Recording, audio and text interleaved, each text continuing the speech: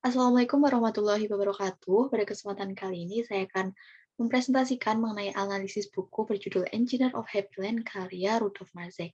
Nah, sebelum itu saya akan memperkenalkan diri terlebih dahulu. Nama saya Vera Kurnia Putri dengan NIM 204062444043.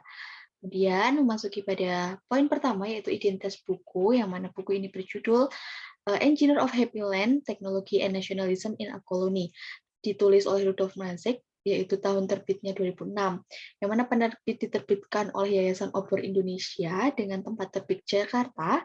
Kemudian buku ini diterjemahkan oleh Hermojo, desain sampul oleh Aji Suroso, kemudian ada ilustrator oleh Arahmeni, dan buku ini memiliki halaman setebal 442 halaman, dengan ketebalan ukuran 16 kali 24 cm. Kemudian memasuki pada bagian selanjutnya, sebelum kita membahas lebih lanjut mengenai buku ini, terlebih dahulu kita akan membahas mengenai Rudolf Marzek. Nah, siapa sih Rudolf Marzek ini? Rudolf Marzek adalah sebuah pakar sejarah modern di Asia Tenggara. Ia lahir di Ceko pada tahun 1942, tepatnya pada tanggal 18 Juni. Marzek mulai mempelajari Indonesia pada masa-masa akhir penjajahan Belanda. Berbagai dokumen yang sudah merekam pemikiran dan pengorbanan sejumlah tokoh telah ia analisa, mulai dari Mas Marco Martodikromo, jurnalis sekaligus penulis modern pertama di Indonesia, yang merupakan intelektual muda yang cemerlang. Selanjutnya, kita akan bahas mengenai historiografi dari buku ini. Buku berjudul Engineer of Happy Land karya Rudolf Marzek ini merupakan hasil karya yang berisikan mengenai kebudayaan, identitas, serta bangsa, tidak lupa pada proses perkembangan teknologi yang terjadi pada saat abad ke-20-an. Kemudian pada proses penulisannya, Rudolf Marzek dibantu oleh lingkungan di Universitas Michigan yang berada di Ann Arbor. Ia hanya diberi waktu selama 6 bulan untuk menuliskan hasil karya pengamatannya, atau ia dapat menghasilkan riset tersebut selama waktu 1 tahun, yaitu dari tahun 1996 hingga 1997, yang disetujui dari pihak The Fulbright Higher Fellowship dan Social Science Research Council Fellowship. Nah, riset tersebut dilakukan di 2 negara, yaitu di Belanda dan Indonesia. Kemudian memasuki pada isi buku, pada bagian pertama buku menjelaskan terkait perkembangan pembangunan aspal hingga rel kereta api. Pada bab pertama ini, Rudolf Marzek berfokus pada proses perkembangan dari pembangunan aspal. Hal ini dapat dilihat dari adanya proyek yang menembus dari Pulau Jawa, utamanya di wilayah timur jalan diberi nama Jalan Raya Posdendels. Nah, proyek ini sudah digunakan oleh Hindia Belanda hingga dibangun pada tahun 1808 hingga 1811. Proyek ini turut disebut sebagai Napoleonic. Selain itu, turut dibentuk jalur-jalur kereta api dengan menggabungkan skrup-skrup yang kemudian dirakit menjadi jalur rel kereta api hingga menembus Pulau Jawa.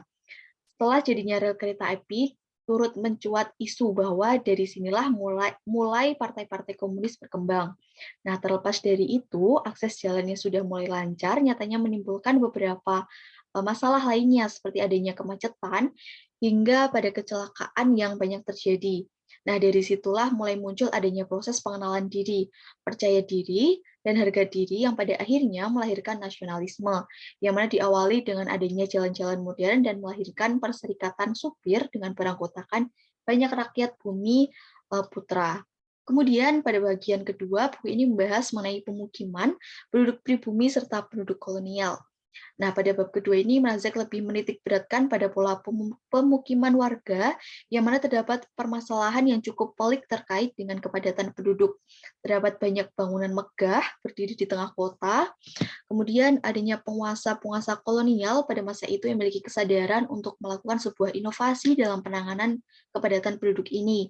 Kemudian mulai terciptanya rumah-rumah di atas roda, yang mana termotivasi dari kehidupan berpindah-pindah dengan gaya hidup tersebut dinamakan Hellenistic Age atau zaman waku.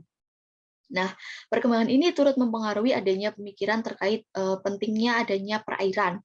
Nah, di abad selanjutnya, gaya pemukiman kolonial mulai berkembang dengan membangun rumah disertai pekarangan yang luas, pengaturan perairan yang sempurna disertai dengan dibangunnya kamar mandi atau WC, serta ketersediaan cadangan air yang dipompa dari sumur yang kemudian didistribusikan ke seluruh rumah. Kemudian pada bagian ketiga pada buku ini membahas mengenai adanya perkembangan cahaya yang dapat menerangi yang disertai adanya perkembangan teknologi. Pada bab ketiga ini menjelaskan terkait perkembangan cahaya yang menerangi wilayah-wilayah di kota, turut membahas teknologi optik dan kaca, fotografi, daktiloscop, dan perluasan jaringan lampu listrik. Kegelapan yang dulunya menyelimuti kian lama semakin terminimalisir. Obsesi masyarakat akan cahaya cukup kuat hingga pemerintah kolonial membangun jaringan tenaga listrik. Namun, tarif yang ditentukan sangat mahal. Kemudian lanjut pada bagian keempat, yaitu pada bab keempat ini dijelaskan terkait pesolek Indonesia yang turut dibahas mengenai kesenian, cara berdandan hingga busana yang dikenakan pribumi dan kaum kolonial. Kemudian pesolek ini terinspirasi dari berbagai boneka yang Mazrek lihat. Rudolf Mazrek ini menganalisa mengenai penduduk Hindia Belanda dalam mendandani dirinya sendiri. Kemudian hingga pada ekspresi seni dari kaum pribumi, rakyat pribumi yang piawai dalam membentuk wayang dan dalam merealisasikan kepiawaiannya dalam mengekspresikan seni agar dapat menjadi sebuah karya 3 dimensi, kaum kolonialis turun tangan membantu merealisasikan hal tersebut hingga pada pendisiplinan fakuldin oleh kaum pribumi. Kemudian dengan dilanjutkan dengan gaya busana yang mana kaum pribumi berbusana serba longgar dan cenderung acak-acakan, bahkan ada yang nyaris telanjang, berbanding terbalik dengan kaum kolonial yang berbusana serba formal dan ketat. Kemudian dilanjutkan pada bagian kelima yang membahas mengenai perkembangan teknologi telekomunikasi yang dapat membantu dalam mencari informasi serta berkomunikasi. Nah, pada bab ini Rudolf Mazrek membahas mengenai perkembangan telekomunikasi. Hal ini berkaitan dengan penyebaran suara, teknologi kabel dan nirkabel. Hal tersebut mulai muncul yang salah satunya dilatar belakangi oleh keinginan untuk dapat berhubungan dengan pihak luar untuk mencari sumber modernitas yang berasal dari Barat. Sebaliknya, pihak Barat juga turut mengawasi pihak pribumi. Kemunculan kaum kolonial ini juga menjadi medan pertarungan antara kekuatan yang berhadapan di Eropa. Kemudian yang terakhir pada bagian ini berisi mengenai epilog yang mana membahas mengenai salah satu tokoh bernama Pramudia Anantatur yang turut berperan terhadap bangsa Indonesia ini melalui karya-karya tulisnya. Pada bagian ini Pramudia Anantatur ini mengisahkan sosok tokoh Pramudia Anantatur yang turut membangun kebangsaan Indonesia bukan hanya dengan peperangan, melainkan dengan cerita tulisannya, berupa karya novel, cerita pendek, dan telaah-telaahnya. Dalam berbagai riwayat yang dikemukakan Rudolf Mazrek ini turut memasukkan kisah sebuah pergulatan yang parah dan meraih kemerdekaannya. Dalam bagian ini juga dijelaskan mengenai arti penting dalam membangun sebuah bangsa. Bukan lagi sains maupun teknologi yang menjadi utama, namun sebuah jiwa yang merdeka dan penuh martabat. Di sisi lain, adanya teknologi dijadikan sebagai sesuatu yang membantu serta melancarkan aksi yang akan dilakukan jiwa yang merdeka. Menilik lagi adanya konservatisme yang dilakukan kolonial nyatanya hampir sama dengan konservatisme pada bagian politik kultural bagi mereka yang telah merasakan kemerdekaan, menjadikan adanya peluang teknologis yang sesungguhnya tidak bisa menjamin dapat memerdekakan manusia. Mungkin benar pada waktu itu penjajahan sudah usai, bahkan penjajahannya sendiri telah meninggalkan bumi tercinta. Namun pada kenyataannya pribumi masih saja gagap dalam menghadapi transformasi dan tidak cakap dalam mengurusi organisasi yang telah terbentuk besar dan berskala yang mereka sebut sebagai Indonesia Raya. Dengan begitu adanya represi, diskriminasi, dan perilaku fasis otoriter yang pada zaman dahulu dikembangkan oleh kaum Belanda dan Jepang akan kembali muncul pada era kemerdekaan Indonesia. Kemudian memasuki pada kritik buku itu sendiri, terdapat kelebihan serta kekurangan yang dimiliki oleh buku berjudul Engineer of Happy Land ini.